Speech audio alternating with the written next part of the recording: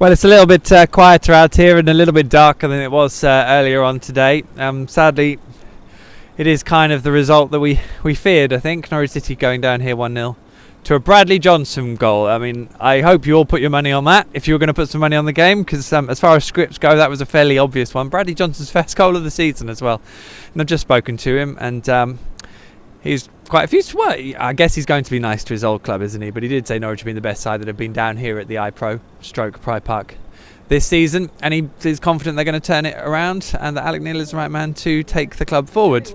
So that's his views. Maybe that would be what he says, but he does still keep in touch with his old teammates. So we'll have to see how that all pans out. But as for the game, I mean, Norwich did okay. They started well. They actually looked like their old selves for the first probably half an hour, I'd say. Derby did then come back into it. They just tightened their shape a little bit, and that helped give them a foothold in midfield. And from that point on, the game was pretty even. And to be honest, neither goalkeeper really had much to do for most of the game.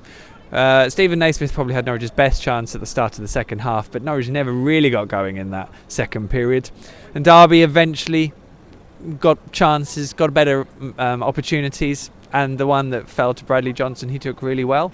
And that probably always looked enough to settle the match, sadly. It was weird. It was 1-0. Norwich were trying to force the issue, but you almost weren't convinced by that increase in tempo they were trying to put in. And, I mean, whether that's the result of their lack of confidence at the moment, I don't think there was particularly anything tactically wrong today. And the effort was there, although there were some tired bodies. Yusuf Malumbu playing his first game and playing the full 90 minutes as well in a long period of time. He's happy. Are you happy, man? I'm absolutely delighted. Great result, great win. Listen to this man, he knows his business. Oh, fair enough. Good man. Thanks for that. There we go. Great stuff. So there we go. Always nice to have some praise. Where was I? Because I've kind of forgotten.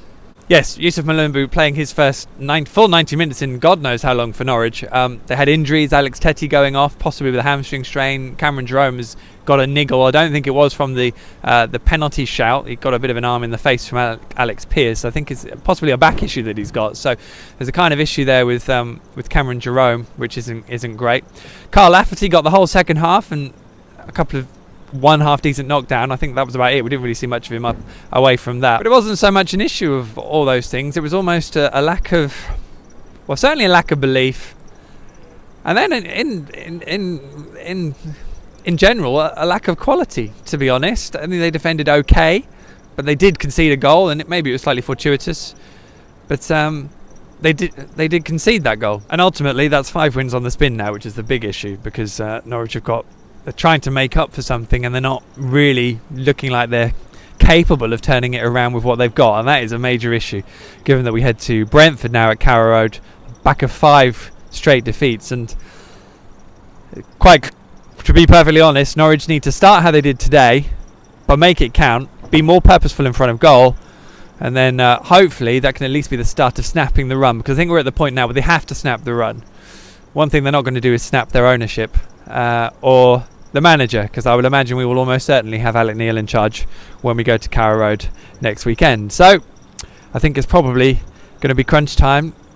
The fans at Carrow Road will get their chance to really say what they feel about what they're watching, and hopefully the players and the manager as a collective will produce something that they can get behind and give them a bit of hope that this godforsaken spell is possibly in some way temporary. Because if there's no sign of that on Saturday, and there were at least a few positive glimpses today, if there's no sign of any of that on Saturday, I think that will be that.